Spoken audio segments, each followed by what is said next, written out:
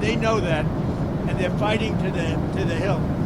And I put this down with men playing in women's sports. I put it down with transgender for everybody. I put it down with their horrible open border policy as being ridiculous.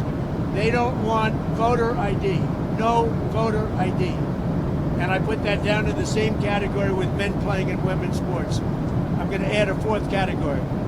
They don't want voter ID. Go ahead. So Hillary Clinton said in an interview today that she and her husband are getting pulled into the Epstein matter to divert attention from you, and that your administration has something to hide. What's your response to that? I have nothing to hide. I've been exonerated. I have nothing to do with Jeffrey Epstein.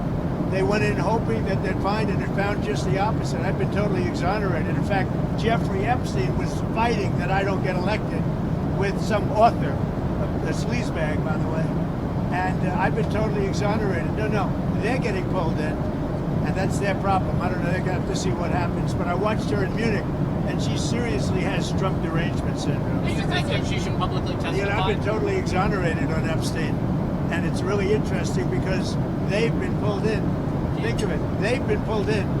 Clinton and many other Democrats have been pulled in, yeah. The USS Gerald Ford, which is sprinting from the Caribbean to the Middle East, is about to hit its 8-month deployment mark. Usually they're deployed for about 6 months or so. Is there any concern that U.S. carriers are being stretched too thin? I'll answer the question later. Mr. President, you're warning Cuba to make a deal. What does that deal look like? What do you want them to do? Cuba is right now a failed nation, and they don't even have jet fuel to get for airplanes to take off. They're clogging up their runway. We're talking to Cuba right now. I have Marco Rubio talking to Cuba right now, and they should absolutely make a deal because it's really a humanitarian threat. And we have a lot of great Cuban Americans, and they're going to be very happy when they're going to be able to go back and say hello to their relatives and do things that they should have been allowed to do for a long time. I'm very interested in the people that are here that were treated so badly by Castro and the Cuban authorities. They have been treated horribly. So we'll see how it all turns out. But Cuba and us, we are talking. In the meantime, there's an embargo. There's no oil, there's no money, there's no anything. If a deal isn't made, would you consider an operation like the one in Venezuela? I don't want to answer that. Why would I answer that? If I was, it wouldn't be a very tough operation, as you can figure. But I don't think that'll be necessary. Mr. President, Marco Rubio received really positive reviews in Munich. Is there very good reviews. Is there a scenario in which you would support him at the top of the ticket in 28? Something I don't have to worry about now. I've got 3 years to go. So it's something I don't have to worry. JD's fantastic and Marco's, they're both fantastic. I think Marco did a great job in Munich.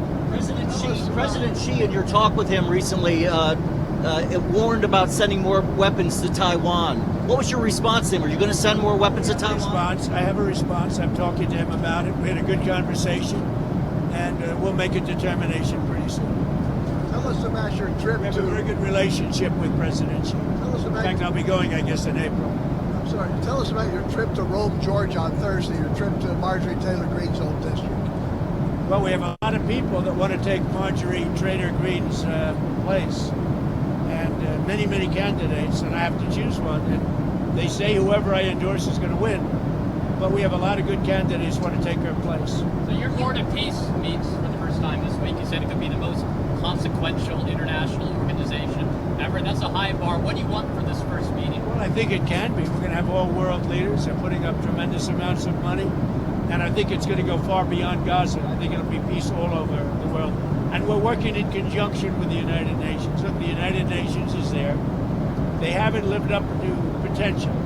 The United Nations has great potential. They haven't lived up to the potential. But I think they might aid us a little bit. But we have the greatest leaders in the world joining the Board of Peace.